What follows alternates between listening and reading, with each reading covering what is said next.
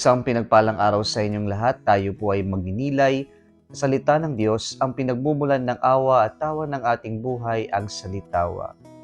Marami sa atin ang may ayaw sa salitang bawal. At kapag narinig natin yung salitang bawal, tila naiirita tayo. Ayaw natin na maraming pinagbabawal. Ayaw natin na tayo ay pinagbabawalan na gawin kung ano man yung gusto natin. At syempre, ayaw natin na tayo ay pinagbabawalan na gawin natin kung ano yung nagpapasaya sa atin. Mga kapatid, hindi ko naman sinasabi sa atin na huwag nating sundin kung ano yung pinagbabawal sa atin. Lalong-lalo na kapag ito ay makakabuti sa atin at sa ating kapwa-tao. Sapagkat ang mga batas ay nilikha para protektahan tayo. Ang mga batas ay nilikha para magbigay ng order sa ating lipunan, sa ating ugnayan. Sa ating ebanghelyo, mga kapatid, ang mga Pariseyo ay mayroong patutsada sa ating Panginoong Hesukristo nang makita nila na ang kanyang mga alagad ay pumulot ng tira-tira. At para sa kanila, isa na itong manual labor. Ang ginawa nilang pagpulot at pagkain sa grains of corn.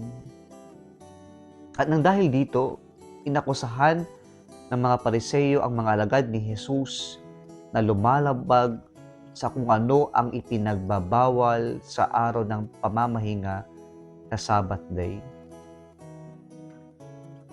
Ngunit ang Panginoon ay sumagot ng diretsahan at pinaalala sa kanila kung ano ang ginawa ni Haring David nang siya at ang kanyang mga kasama ay nagutom at pumasok sa templo at sila ay kumain ng tinapay na ang pari lamang ang pwedeng kumain.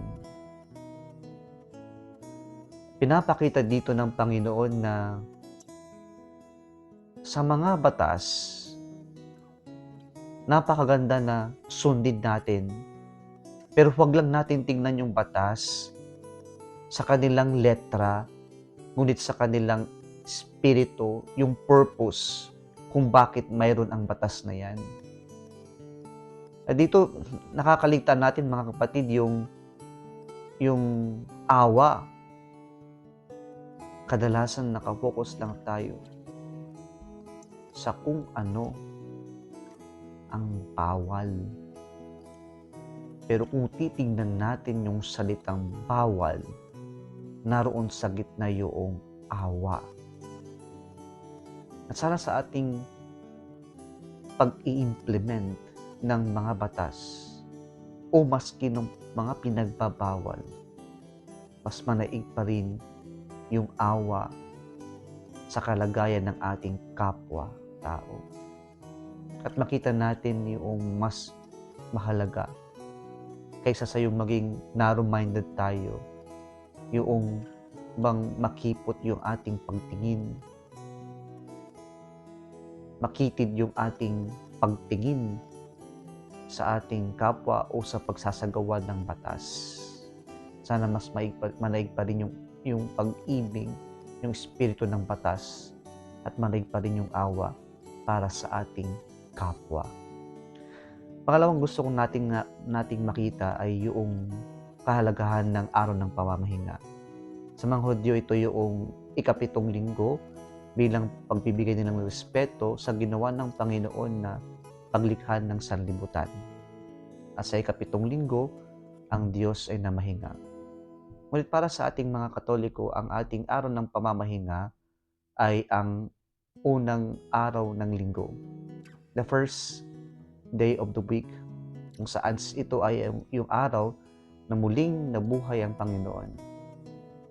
At dito pinapakita sa atin na ang araw ng pamamahinga ay araw talaga ng Panginoon. Hindi ito araw lamang ng matutulog ka, magre-recreation ka, magpa-party ka, gagawin mo yung gusto mo. Pero ang gusto ng Panginoon sa atin, sa araw ng pamamahinga, ay araw para sa Panginoon, kung saan tayo ay huhugot ng lakas, tayo magre-refresh, kapiling ng Diyos. Hindi lamang yung gusto natin gawin, ang gagawin natin.